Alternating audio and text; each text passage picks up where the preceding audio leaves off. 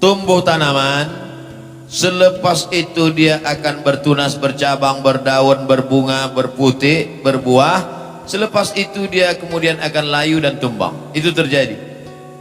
Tumbuh tanaman Sayyidina Muhammad SAW diperjuangkan Khulafaur Rasyidin Abu Bakar, Umar, Utsman dan Ali. Kuat pada masa Bani Umayyah, jatuh Bani Umayyah, naik Bani Abbasiyah, jatuh Bani Abbasiyah.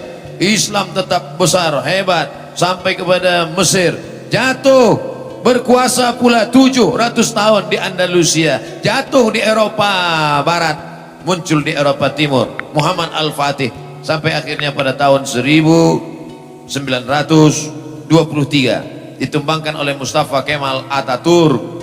Mustafa Kemal Atatürk, dulu ada sahabat saya masa belajar kuliah, orang Turki, kata dia Mustafa Kemal Atatürk itu makamnya di atas tanah, sakaratul mautnya 6 bulan tak mati-mati. Lalu kemudian makamnya di atas tanah, bukan di dalam tanah, di semen di atas tanah, di Ankara. Oleh sebab itu maka bagaimana bisa jatuh? Akibat umat Islam lemah, berpecah belah, sibuk dengan masalah khilafiyah. La tanaza'u, jangan kamu bertikai, berkonflik, berpecah belah. Fatafshalu, kamu akan gagal. Wa tadhhaba rihukum, kehilangan semangat. Oleh sebab itu belajar dari Turki Utsmani supaya Islam tetap kokoh, tetap kuat, tetap jaya. Itu menunjukkan istana-istana yang megah di Topkapi yang ada di Istanbul, yang begitu hebatnya temboknya 35 hektar, dikuasai beratus tahun. Di dapurnya aja, tukang masaknya aja 1000 orang. Bayangkan begitu hebatnya, hancur berkeping, tumbang. Itu menunjukkan bahwa kekuatan binaan, kekuatan istana, kekuatan tidak kuat. Yang kuat adalah orangnya, mesti dikuatkan, manusianya, orang-orang yang bertakwa, orang-orang yang hebat, orang-orang yang punya kemauan yang kuat, orang-orang yang mujahid fisabilillah. Oleh sebab itu caranya adalah tidak lain tidak bukan menanamkan akidah, dikuatkan bahwa hidup ini kita tidak terlena dengan dunia.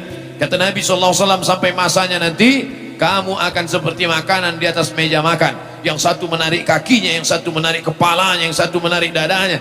Aqillatun nahnu yawma idzin ya Rasulullah, apakah saat itu kami sedikit ya Rasulullah? Bal antum katsirun, jumlah kamu banyak. Lakinnakum ghusaun ka ghusais sail, tapi kamu seperti buih di tengah lautan yang tak ada kekuatan. Begitulah akhirnya, karena dia tiada kekuatan, terpecah belah, ada pengkhianatan, ada kemunafikan.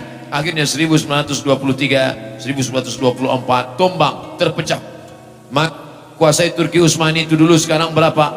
42 negara.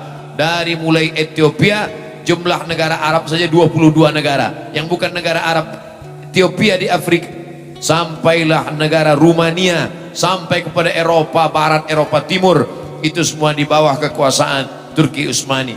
Nah, kalau ingin mengetahui ini semua, mudah-mudahan dibukakan Allah rezeki, nanti pergi umrah, balik dari umrah singgah ke Turki untuk melihat peninggalan-peninggalan itu semua. Tapi al-Islamu ya'lu, Islam akan tetap tinggi, wala yu'la alaih. Jangan bercerita tentang Turki Utsmani ini lalu umat Islam menjadi lemah, menjadi takut. Tidak. Ada seorang orientalis, orang Yahudi bernama Bernard Lewis. Bernard Lewis. Kata Bernard Lewis, tahun 2050 umat Islam akan menguasai Europe. 2050 Islam sudah berkuasa di Europe. Itu yang berkata begitu bukan orang Islam. Tak sampai 100 tahun lagi. Dari mana analisa dia? Jerman akan diisi oleh imigran-imigran yang datang berpindah dari Turki. Orang Turki sudah memenuhi Jerman.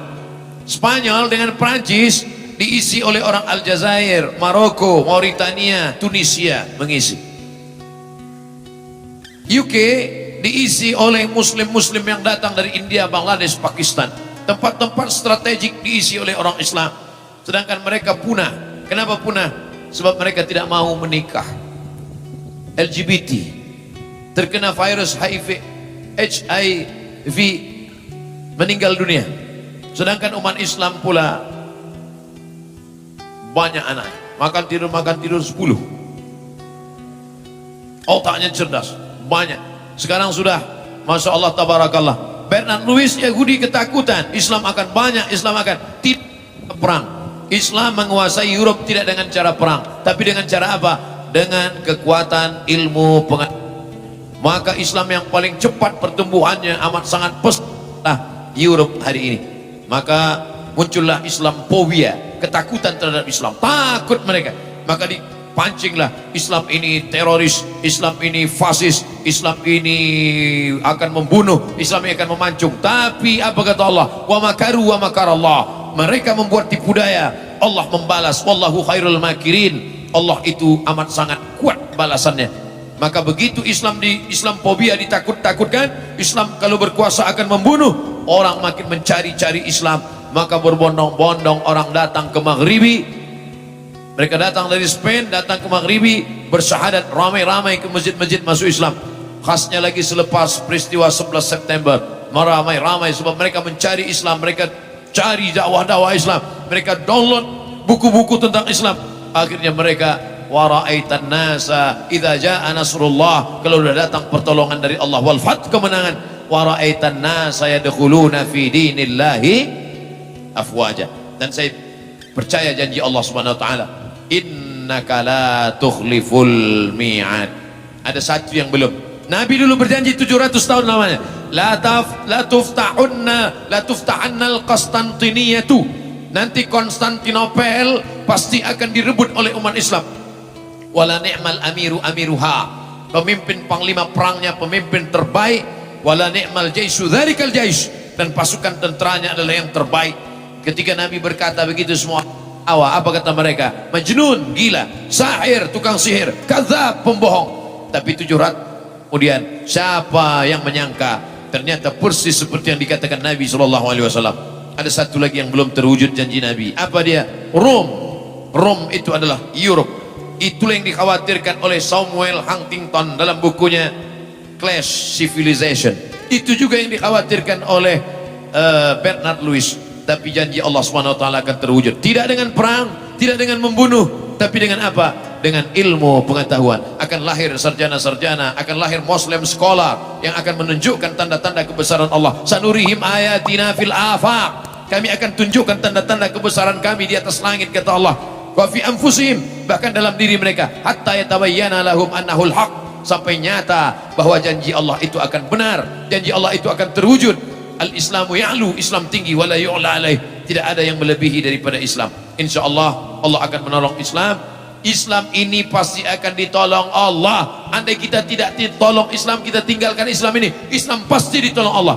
Yang jadi masalah adalah apakah kita masuk dalam catatan para penolong-penolong Islam. Intan surullah. Fa iz qala Isa bin Maryam lil Hawariyin, ketika Isa berkata kepada Hawariyin, man ansari ilallah, siapa yang menolong aku menegakkan agama Allah? Qala al Hawariyun berkata, nahnu ansarullah, kami yang akan menolong agama Allah. Sekarang saya bertanya, ingatlah ketika Abdul Somad berkata kepada penuntut-penuntut di kuis, siapa yang akan menolong agama Allah? Tak ada.